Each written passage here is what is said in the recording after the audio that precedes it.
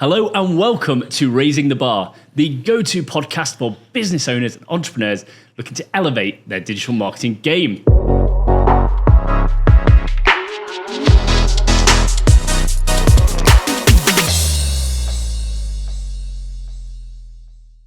Today, we are joined by a guest who has transformed the dating scene in Dubai with her revolutionary app, Maxion. Ladies and gentlemen, Christiana.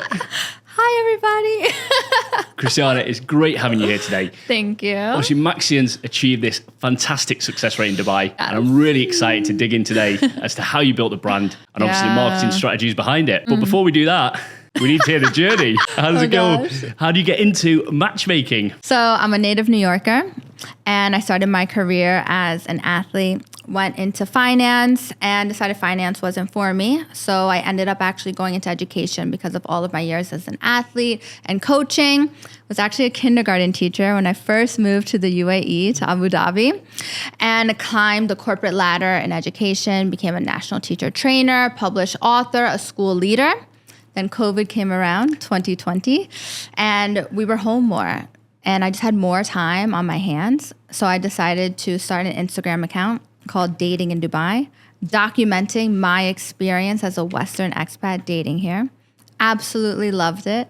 Found out that people hated dating in Dubai. And essentially, I just turned that into a business. I said, I'm going to solve dating in Dubai. That's when I first launched my offline agency, which then turned global within 7 months, catering to only high net worth, ultra high net worth individuals, but realized that it was such a small market that we were catering to and creating so much connection for, and then decided to digitize my services and launch Maxion. Amazing. Yeah. Quite a story, that one. I know, sorry, it was so long-winded. You can cut it up, chop it up, please. I love it. And I'm sure teaching kindergarten kids to arranging dates is not that much difference in it, is there? Yeah, adults, humans are humans. You got to deal with the same things. So you first get this idea for the app, Maxion. Mm-hmm. What was the original sort of vision you had in your head? What were the values you wanted the brand to have? So it's interesting because my work as a matchmaker, I have so much success connecting people. And what actually happened was I think it was 22, I had a super success story with a client. And he worked in the tech world. And basically he asked to have a coffee with me. We sat down and he said, what you do is magic.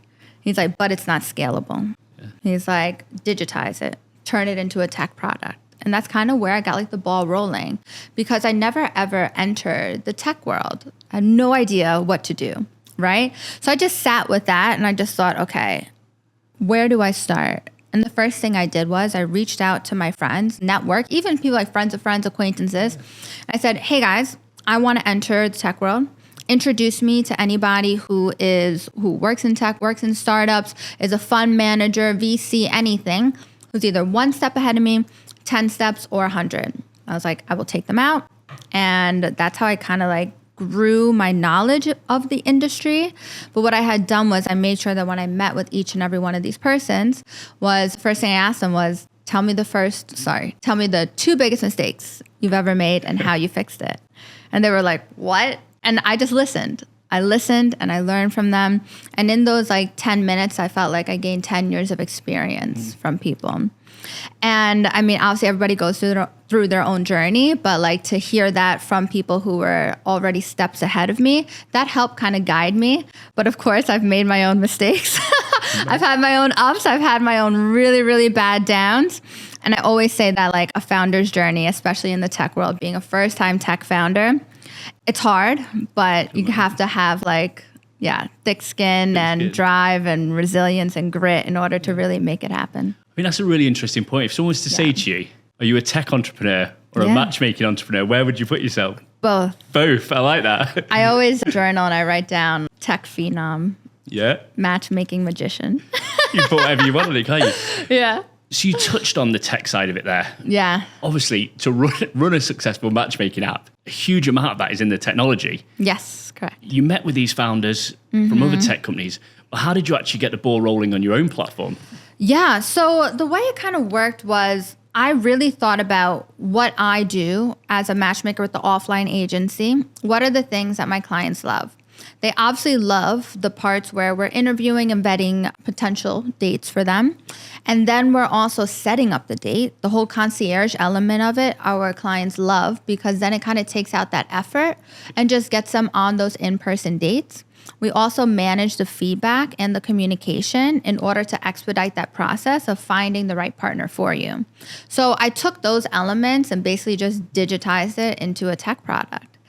But the first thing that I did was I drained out my 401k in the US, in New York, and I said, okay, I'm going to build a prototype. And I had reached out to a few different companies and I spoke to them about my idea about possibly building out this prototype for me. I went through 3 different companies. They all came out shit. They did, but it was definitely a learning experience because I'm also a solo founder. Yeah. So think about that, a solo first-time tech founder. It's kind of, you don't really have those people to bounce ideas off of. Yeah. So I realized when I made like a few different mistakes, I said, you know what I need to do? I need to pause. I need to take on advisors who have built startups before or who are in the tech space. So the first advisor that I took on was basically like my startup advisor who worked in health insurance tech for a really long time. She was a part of like the first unicorn in like Hong Kong. Wow. So and she and I got on, we met at like an angel kind of a meetup thing. And yeah, so she helped guide me through that. Yeah. And then I realized that I needed a technical person on board in order to really make what I have in my brain come to life. Best hire I ever had was my tech lead, who's still with me today. He has equity in the company. He almost feels like a co-founder to me because we're building this product together that's going to grow, that's going to evolve, that's really going to change the way that people connect. And like our main mission is to really change those traditional dating app behaviors and get people on in-person dates to find real partners.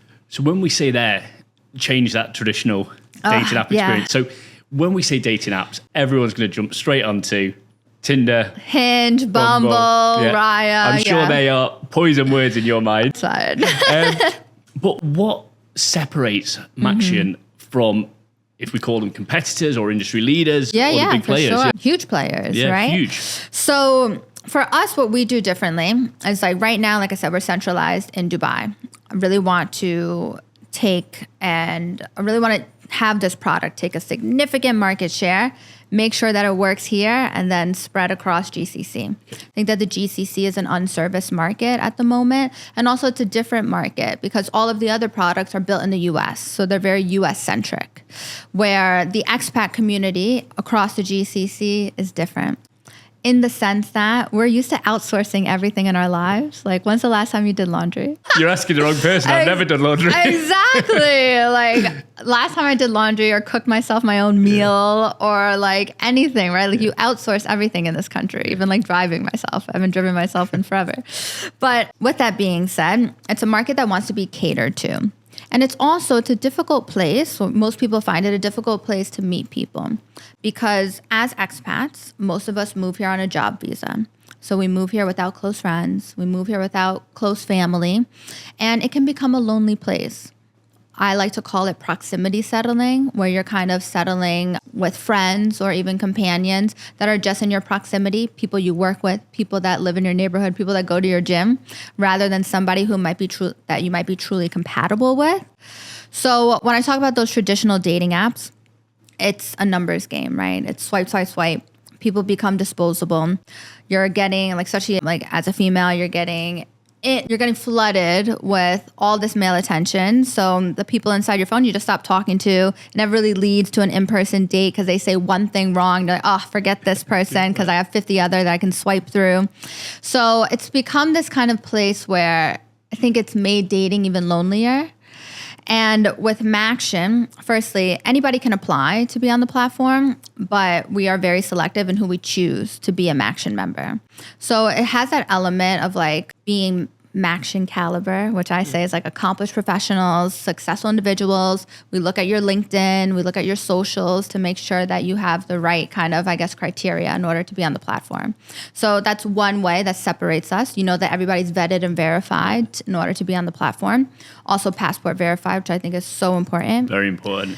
in the catfish and baby reindeer world. Oh my God, baby reindeer. What a great one. Got to be passed over. But what people don't know too is on these traditional dating apps, the ratio of men to women is 70-30.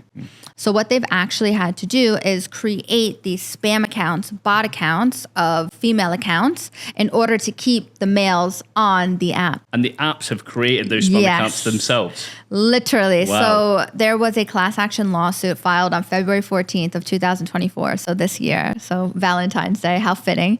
In New York, basically, it was against match groups. So that's Tinder, that's Hinge, that's The League, and a whole other number of products. Basically claiming that they're gamifying dating and it's not really about those in-person connections. And what was crazy with how everything lined up was that February 14th was 10 days after we publicly launched here in the UAE. Yeah. And what we do is get you on those in-person dates. So we've reached a new milestone. We used to only send connections once a week. Now we send connections every day. So thank you, God Angels Universe, for giving us that opportunity. Yeah. But we send you daily connections. It's not swiping. We send them based on compatibility, what you've input into your profile. That's goals, values, and other different personality traits. And is the tech behind the product, is that actually assigning those preferences, matching people? All tech. So there's no users sat in the office doing that. It's all tech. The only human element at this point in time is the acceptance of members. Okay. Just because right now, especially in the beginning phases, we want to make sure that we have the right types of people on the app, but we're working on different ways in order to automate that. And how does that behavior work? Would it be, for example, I say I like going to the gym, someone else likes going to the gym, it's going to matchmake us together and suggest we go for a coffee and a workout? Is that the kind of idea behind it? Or so like the way that it works right now is, so we send you connections, right? It's up to you whether or not you say yes, maybe, pass. And I think that that's important as well, as I still have like a maybe pile and think about it. And I feel like you don't get that on other apps too. And once it's a yes on both sides, like a mutual connection, our tech actually plans, books, and confirms the date according to your availability. So let's say you and I connect, it's a mutual. You put in your availability, I choose from there, and then our tech actually books the date. And then afterwards, then the lead up to the date, there's some concierge involved, reminding who you're going to meet, what to order at the restaurant, how, like, book a Yango with us, and then a connection question. And that's all automated. It's all automated, but it's also tailored and catered to you and what we know about you. And then afterwards, we collect feedback, whether or not you want to see this other person. Let's say it's a yes. Again, through the app, you can plan the next date as well. It's a serious bit of technology then. And what puts us apart as well is that there's no messaging in between. No messaging between people that match? No messaging. So it's a blind date? No, you see the person, you see them, you see their whole profile. Because I think that that's where a lot of the connection gets lost, is that, like I said before, somebody can say one wrong word and you're like, oh, I'm never going to meet this person. But what I learned as a matchmaker with the offline agency is that it's really all about that in-person connection. 100%. How many people do you hear of that matched on Tinder or matched on Hinge, they chatted away and they go, you're out having a drink in the IFC, and they go, I chatted to her, did you ever meet? No. Yeah. It's almost like pen pals. So there. Wasted time. Yeah. And we've dug into this fantastic bit of tech you've built there. So you're building this technology away. You've got a great product. How did you, on the other side of the business, start to identify who the target customer was going to be? Probably most importantly, I guess, in your game, is acquiring these people onto the app. Yeah. So what I noticed with the offline agency is obviously we're targeting a market that's high net worth, ultra high net worth, but we would get inquiries daily about matchmaking. And because the offline agency is so personalized, we can't service everybody. So having that idea of building the tech product, I was like, you know what, this is a way we can reach a much larger market. And then it's just like, I think about myself, like as a professional, and think about the time I have and the time I don't have to waste, right? So how do we get people on those in-person connections in order to expedite that process of finding a partner? And then especially using LinkedIn passport verification, I think people have really gravitated towards it. And they know about my success as an offline matchmaker. So that really helped grow our initial pool of people. Yeah. So when you come to launch the product, you've got your initial pool, the people that you know are going to sign up. How did you go about launching the product? Yeah, so it's interesting, right? Gosh, I feels like it's many moons ago, but I think it was only like 8 months ago. Is that all it is now? 8 months? Wow. Well, I will tell you. So so right now we're sitting here, it's July 2024. Yeah. We did not start coding and building the product till August 30th, 2023. It has been less than a year. So we've come such a long way in such a short amount of time, which I love and thank you. But the way that it worked was we built the product. Then in my head, my idea was that we were going to launch the product on the App Store in October. Mm-hmm. It never works that way in tech. I'm telling you that much. Whatever timeline you have, extend it by 3. But what we had done, we actually had pre-launch events. So I had a following because of the matchmaking, the offline agency, and just like being popular on like other podcasts and the media. I'm in over 200 media mentions. And the first event that we had pre-launch was at Barry's Bootcamp. Nice. 20 guys, 20 girls. I had all this Maxion merchandise, water bottles, towels, shirts, and we did like a really cool kind of pre-launch event. Then the next thing that we had was a launch event and put some serious capital into it, but I think it was all worth it for sure because it really got the word out. We actually booked Aura Sky Pool, and it was over 200 sexy, successful people here in Dubai, and it was like the launch party of Maxion. And what's crazy, what people don't know behind the scenes, was that the app was meant to be launched 2 months before that, but it didn't launch until the morning of the launch party. Okay, fine on that one. Oh my gosh. And it was quite crazy too, to think about like how things aligned, but it happened. It launched on December 4th. And that was really where we had like a lot of signups because there was so much like marketing done in between them, just like on socials and through word of mouth and through those 2 pre-launch events that we had that got our initial pool of people on there. What we had also done was I recruited founding members of people who I thought were like the epitome of a Maxion member, and they became like our ambassadors. So that's like how we started initially. Beta tested for 2 months, and then we publicly launched on February 4th of 2024. Amazing. Yeah. So you mentioned there the personal brand you built up over many years in the game. Yeah. When you look at other players in the industry, they tend to be faceless corporations. Yes. You seem to have leveraged your personal brand quite a lot for Maxion. Do you think that set you apart?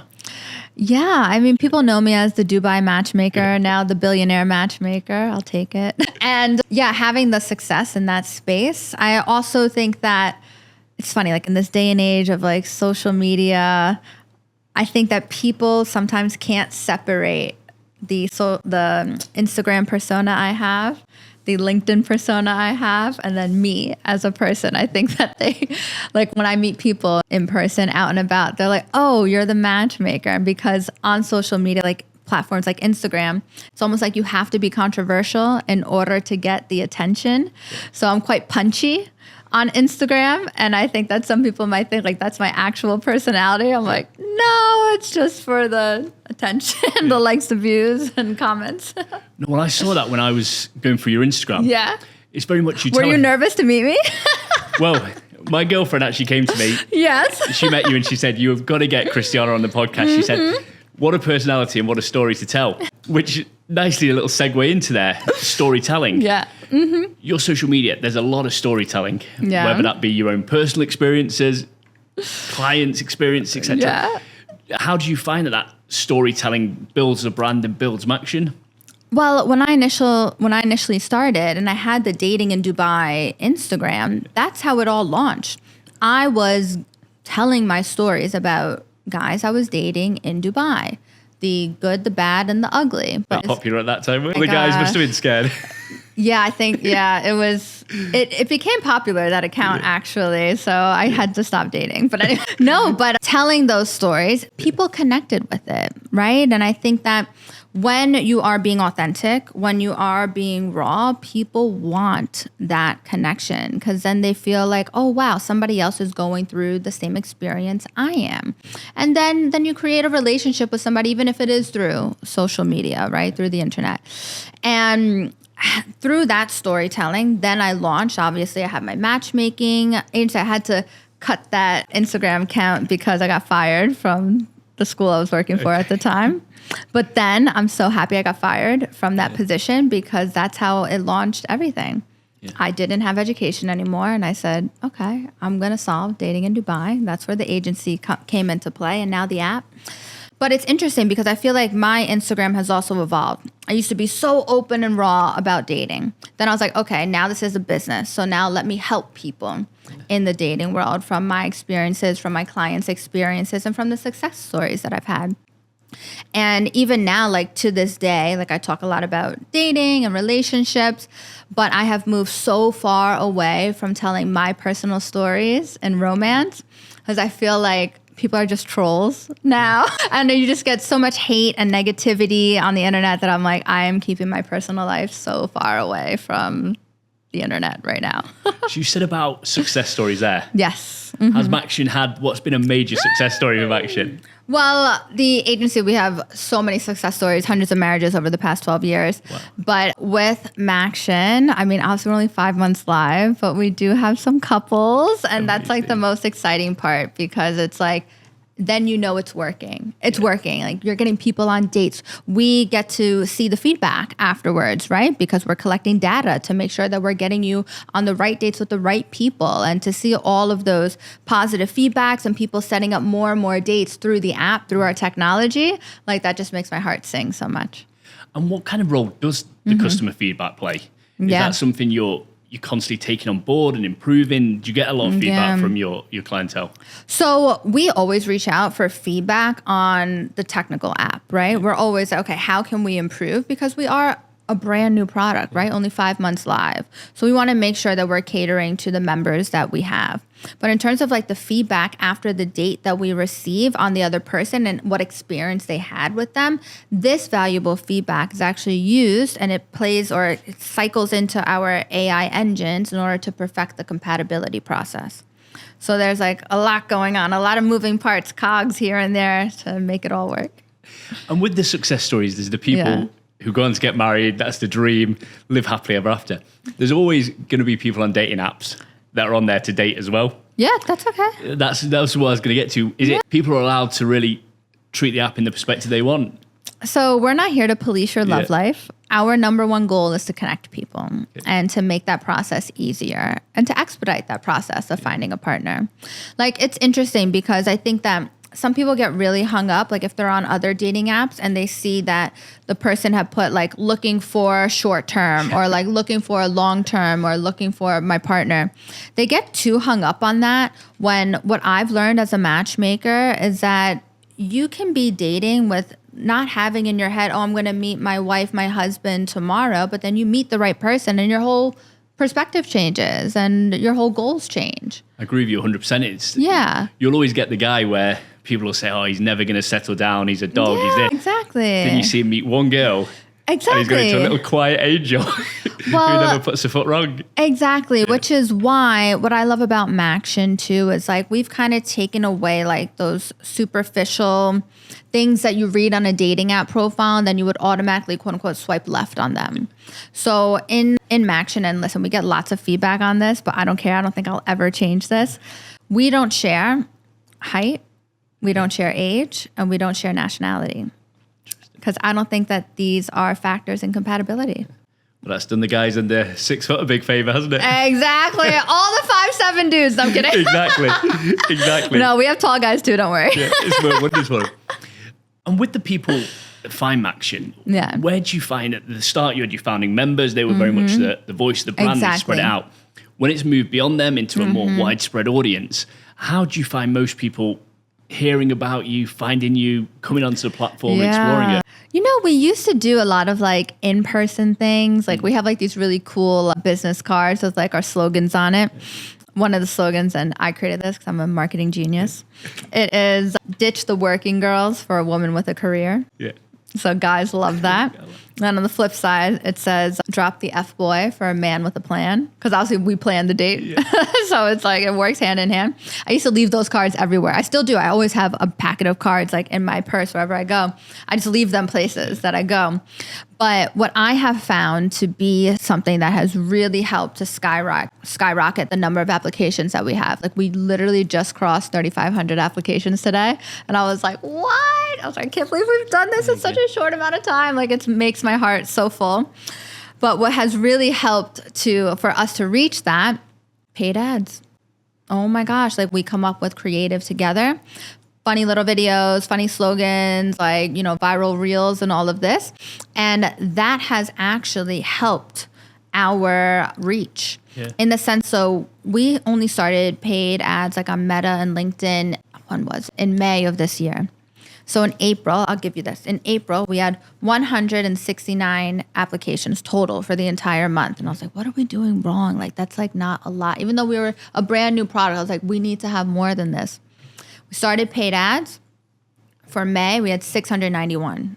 So imagine that. It just it skyrocketed. And then from there, it's just been consistent trajectory upwards and who we're targeting. And that has really been like a huge punch for us. That's something we identify with a lot of our clients. That if you're targeting a specific demographic in a specific location, then the likes of Meta ads, LinkedIn ads, Google ads is a fantastic way to target them very directly. If you've got a very specific customer base to target, you do well. It's when people go wrong with the paid ads is when they're trying to throw shit at a wall and see what sticks. But it's interesting that the paid ads have had such a result for you there.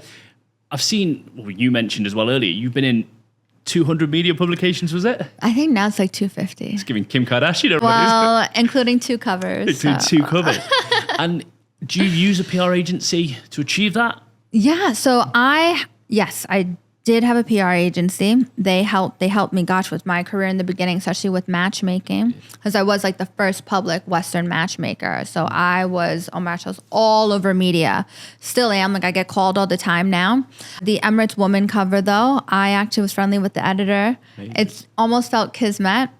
On December 24th of last year, I wrote myself a letter. So I love journaling. I love manifesting, all of this. I feel like I'm a little white witch.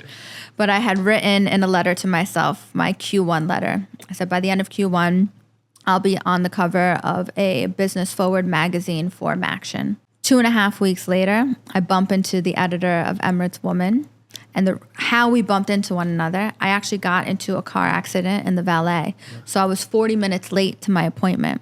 So we ended up walking in at the same time. We're just chatting. We had known each other for years, but hadn't seen each other in a while. We're just chatting, blah, blah, blah, blah. And then she was like, we need to talk. Why don't you come into the office next week, blah, blah, blah. Ends up happening is we both get our facials separately. We're both back in reception.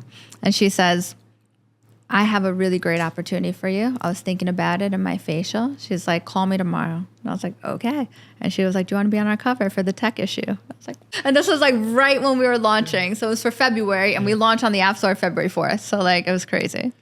And being on the cover of something like Emirates Woman, huge exposure. Do you see any sort of tangible results from that? Was there did it increase social media followings? Were people contacting you? What's the kind of direct result from something like that? I think with PR, what it is that it solidifies you in the market and it gives you a lot of credibility. I have seen huge results through paid ads, but remember that people are probably clicking on these ads, looking up Maxion, looking me up, seeing that I'm on the cover of this and this and that. So it really adds a lot of credibility to the product. So I say that I think PR is amazing. Obviously, great PR that's not paid for. I don't believe in paid press. I hate that, right? But hiring a PR company obviously is amazing because then they get you into those certain magazines. But yeah. Yeah, I think it's that idea that you've got to have everything working together. If you're just doing paid ads but not supporting it with anything else, they're not going to perform as well if you're just doing social media.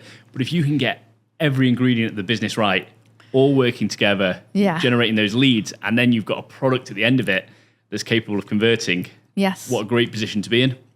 Well, what's fun about this whole journey is obviously this is the first time I'm doing this, is that you learn so much. And what you were saying before, it's like throwing shit at the wall and figure out what sticks. But it kind of is when you're building any kind of business, nobody knows what they're doing. You're just figuring it out. You're like, does that work? Does this work? Does this not work? And then just playing on. And what I think is super important when you are a business owner is to pivot. Pivot. You see, okay, this is working, and you can't get too tied to something. You have to be able to drop one thing or change strategy in order to really cater to what is working in order for you to be successful. Yeah. And with the opportunities to present themselves, I was reading up on it the other week, 2 types of learning. There's just in time and just in case. And a just in time learner will say, I want to launch a dating app in a tech space I've never been to. Yeah. And they will say they're doing it and learn along the way. Yeah. A just in case person will go, I'm going to do that. So I'm going to learn everything about it. 6, 7, 8 years, it'd probably take you 20 years to learn everything about it. Yeah. And someone else has done it. Of course. Yeah. It's just a great way to be. And the future of Maxion now, what are the big opportunities you see for Maxion in the UAE market and further afield? Yeah. Oh my gosh. It's crazy to think that we only have one of our portals open right now, Expat Connections here. And we are in Dubai summer and everyone says, oh, summer's a lull. And yeah, I mean, technically, right? Most people do go away for summer. Summer has been our best months. It's actually crazy. And I think that probably people crave more connection in summer because there might be less people here physically. So it's actually been great for Maxion. But what we see down the line and what we already have in place is that we actually plan to open up a portal for Indian connections. Okay. Because what I learned as a matchmaker is that some cultures can't marry outside of their culture. So it has to be within that culture. So modifying the journey specifically for Indian connections. And then we also are going to be localizing the product specific for Muslim marriages. Because I don't know if you know this or not, but in the UAE, the divorce rate amongst Muslim marriages is higher than in the USA. Really? Yes. Wow. So Never knew that. Something's broken in the wheel, and we really want to be able to fix that and have a team that can really cater to that market. And because I see Maxion being able to help people make connections, not just expats, not just Indian, not just South Asian, not just East Asian, but also the local community. What I really want to do is dominate GCC. So I really know that there is no product that is catering to this market right now. Mm-hmm. And yeah, there's so much potential here because it's the new land of opportunity.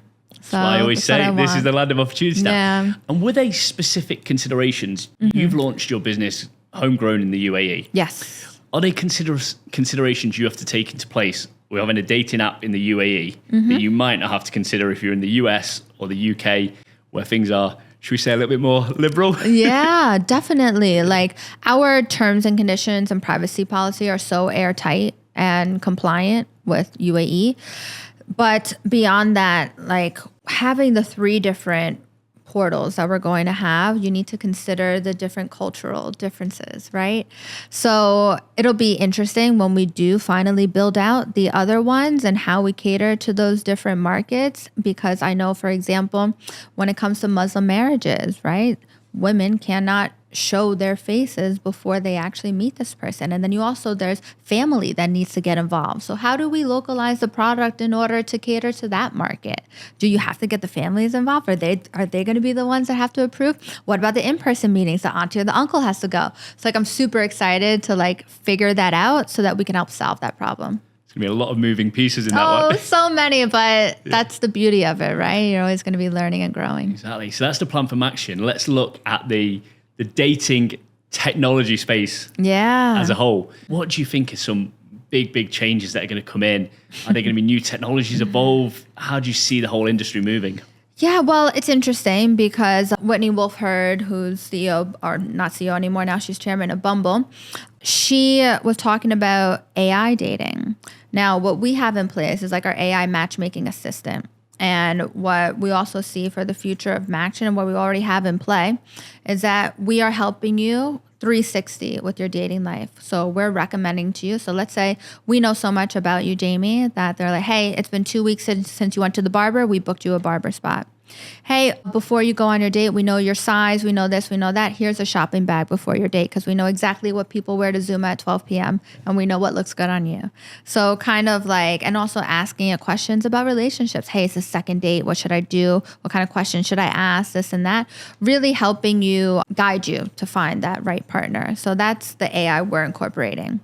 What Whitney Wolf Herd was speaking about is that you would have kind of your own dating bot that would date other dating bots. In the metaverse. And I guess so, right? And then kind of figure out who you should actually meet in person. Yeah. I think that's madness. That's insane. In a society, especially in 2024, where AI is taking over, we forget that humans need humans. Like there needs to be that human element, that human connection. So that would be something you'd be adverse to. Oh my gosh. Yeah. Like, no. Yeah. Like we need to touch each other. We need to smell each other. We need to feel the vibe. I mean, that's the thing, isn't it? As much as there is, the world is moving more and more online. There's that excitement of human connection, meeting someone in a room, getting that buzz. It's like I always say to people, you never build the same relationships, even with clients on a Zoom meeting. Never. You can build in person. So it's good to know that we're still going to be dating face to face over the next few years. Well, that was the whole point of Maxion, is that with traditional dating apps, people have become disposable, right? This one says one wrong thing, you don't have to meet them. This one takes too long to ask you out, you block. You meet them and whatever, it never happens, right? But you have 100 other people that you can swipe through on your phone. Where Maxion is really not forcing, but basically facilitating those in-person connections, because you can never tell the compatibility of two people from two flat profiles inside your phone. You could never tell. And this is what I learned as a matchmaker. You have to meet in person. So you don't know that person's vibe. You don't know like what kind of connection you're going to have with them. And I think also that when you do judge somebody from a flat profile, you kind of create all these pretenses about them. And when you're going through like that talking stage or phase before you even get to the first date, you're building up this ideal of who they are, which then you actually eventually get let down when you meet them in person. Where this cuts out all of that BS, gets you to meet in person, so you're not building up this ideal of them. And instead it's like, okay, do we get on or do we not? So it expedites that whole process. Love it. So before you leave us today, Christiana, we cannot have the billionaire matchmaker of Dubai on the show without asking you one question. Go. In the years, what is the most wild first date you've heard of in Dubai through your clients? I have to say. You have to say. We can't have this opportunity. Everyone's dying to hear it. Okay. Wild in terms of expensive. I'll do that. Okay. I'll do most expensive date, I guess on paper, this would be. They started out at dinner and he was like, no. He was like, I really, really like you. Took her on his chopper down to the private chartered planes, and then they flew off to Paris. Spent the week in Paris together. That's quite a first date. Quite a first date. That sounds like an unbelievable first date. Yeah. And what a way to leave today's episode. Hopefully we'll be chopping out of here as well. Yes. Christiana, it's been amazing having you on here. Thank you. Love learning more about it. Obviously, even for me, I didn't understand the level of the technology behind it. Yeah. It's great to see what you've achieved with it. Thank you. And thank you to everyone for joining us for another episode of Raising the Barr. Please tune in again next week. We've got some great guests coming up, and it's a great way to elevate your marketing game, learning from the wisdom of those who have already done it. Have a good day.